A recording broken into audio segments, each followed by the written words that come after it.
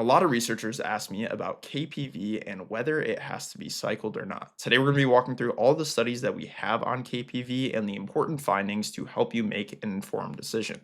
Before I get into this, none of this is medical advice, just walking through the research we actually have. Most peptides get cycled for one reason. You are hitting a receptor over and over and over again, and eventually it becomes desensitized and stop producing the outcome that you want. With KPV, it's slightly different because we're turning down the noise rather than just slamming a receptor. We're going to walk through these studies relatively quickly because there's a lot of them, but you can find the full PubMed publications over on Substack. The first study was done in 2008. KPV was studied in human T cells and gut cells in a petri dish, and then studied in mice with colitis.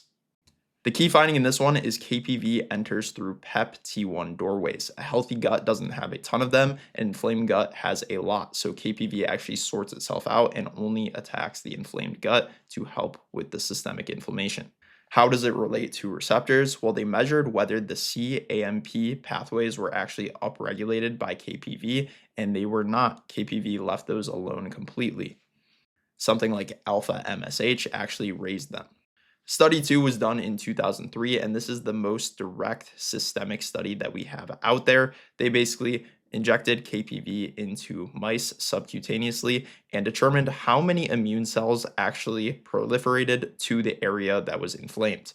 Side by side, they had a placebo group and they had a group with KPV.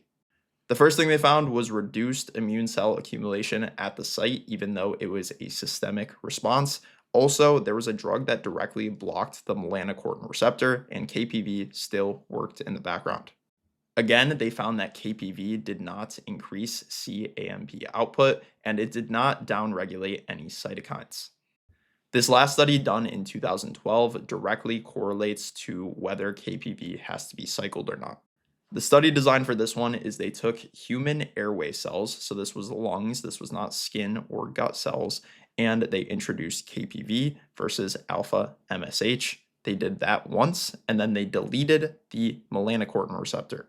In the first part of it, both alpha MSH and KPV both calmed the immune cells. The most important part of this whole thing, MSH completely stopped working without the melanocortin receptor.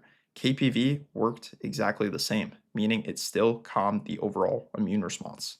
It's still debated in the literature if KPV interacts with the melanocortin receptor at all, and the whole guideline of cycling these compounds on and off is to let that receptor resensitize and provide the same output. So if a compound doesn't require a receptor or isn't leaning on that receptor, does it need to be cycled at all? There's 4 or 5 more studies I'll cover over on the Substack, but this just gives you information and lets you make your own informed decision. Let me know what you think down below in the comment section.